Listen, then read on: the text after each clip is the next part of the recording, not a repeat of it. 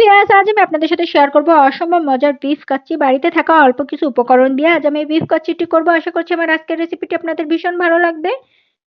এটি দেখতে যতটা লোভনীয়, খেতে হয়েছিল দুর্দান্ত স্বাদের। একটি বড় প্যানের মধ্যে 1.5 কিলোর মতো মাংস আমি রেগুলার কাট করে নিয়েছি, হাড় চর্বি সহ।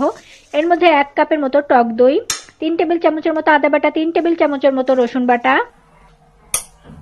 1 টেবিল চামচের মতো লাল মরিচের গুঁড়া, 1 টেবিল চামচের মতো জিরা ও ধনিয়া গুঁড়া, লবণ পরিমাণ মতো, বিরিয়ানির মশলা 3 ভাগের 2 ভাগ, ধনেপাতা কুচিয়ে 1 কাপের মতো, এখানে শাহি জিরা, একটি বড় কালো এলাচ, স্টার এলাচ, এবং এখানে দিয়ে নিচ্ছি জয়ত্রী, এবং নিয়ে নিচ্ছি এখানে আমি গোলমরিচ। 1 কাপের মতো সাদা তেল দিয়ে ভালোভাবে আমি মাংসটি মাখিয়ে আমি 2 ঘন্টার জন্য ম্যারিনেট করে রেখে দিব। ফিরে আসছি 2 ঘন্টা পর। যেহেতু আমি অল্প মাংস দিয়ে আমি রান্না করছি কাচ্চি, সেই ক্ষেত্রে আমার মাংসটি আমার 50%-এর মতো রান্না করে সিদ্ধ করে নিতে হবে। বাবুর্চিরা কিন্তু কাঁচা মাংস দিয়ে বিফ কাচ্চিটি করে। অনেক বেশি মাংস থাকলে কিন্তু এইটি কিন্তু দমে দমে কিন্তু হয়ে যায় ডেগের মধ্যে, আপনারা জানেন। কিন্তু বাড়িতে অল্প মাংস দিয়ে রান্না করতে গেলে অবশ্যই 50%-এর মতো মাংসটি সিদ্ধ করে নেবেন। এখন আমি 1 কাপের মতো এখানে দুধ দিয়ে আমি এটিকে ঢাকনা দিয়ে ঢেকে আমি রান্না করে নিব, 50% সিদ্ধ করে নিব মাংসটি। এখন আমি রাইস কুকারের মধ্যে পানি দিয়ে দিয়েছি পরিমাণ মতো। যেহেতু আমি 1/2 কেজি চাউলের রান্না করব, তো তার জন্য এখানে আমি পরিমাণ মতো পানি দিয়ে নিয়েছি, এবং শাহি জিরা, একটি স্টার এলাচ, এখানে কালো এলাচ, এবং গোটা গরম মশলা, তেজপাতা, এবং তেল, লবণ সবকিছু দিয়ে আমি চাউলটি সিদ্ধ করে নিচ্ছি। এখানে আমি চাষি চাল আমি ইউজ করেছি। চালটি আমি 50%-এর মতো সিদ্ধ করে নিব।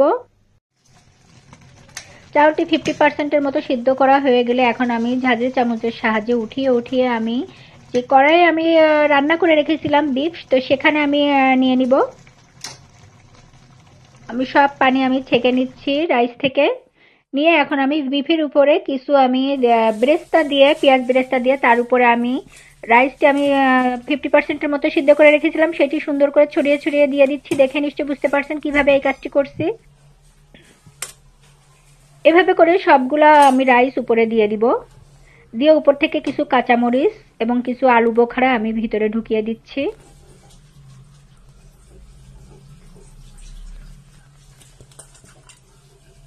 এবং কিছু পেঁয়াজ বেরেস্তা আমি উপর থেকে দিয়ে দিব।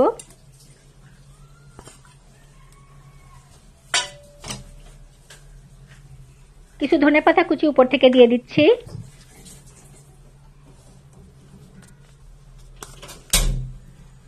কিছু কিশমিশ, কাজু আমি দিয়ে দিচ্ছি উপর থেকে। এখন 1 কাপের মতো দুধের মধ্যে আমি 2 চা চামচের মতো আমি কেওড়ার জল, বাকি যে বিরিয়ানির মশলাটুকু ছিল সেইটুকু দিয়ে, একটু জাফরান অথবা স্যাফরন আপনারা যেটি থাকে সেটি দিবেন। স্যাফরন দিলে ভীষণ সুস্বাদু এবং সুঘ্রাণ হয়। এবং ঘি দিয়ে দিচ্ছি আমি এখানে 3 থেকে 4 চা চামচের মতো। এবং যে মিশ্রণটি আমি গুলিয়ে রেখেছি সেটিও এখন আমি উপর থেকে দিয়ে দিচ্ছি।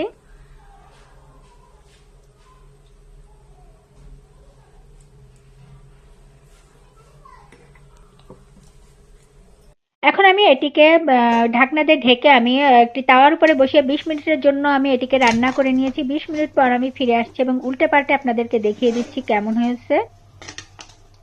Just looking like a wow. এটি দেখতে যতটা লোভনীয়, খেতেও হয়েছিল দুর্দান্ত স্বাদের ভিউয়ার্স। মাংসটাও একেবারে প্রপারলি ভাবে সিদ্ধ হয়ে গিয়েছিল।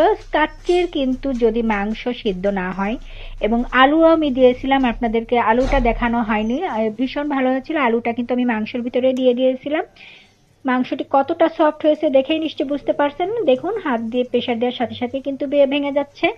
বিরিয়ানির মাংস যদি ভালো না হয় তাহলে খেতে ভালো না। এই ছিল আজকের রেসিপি।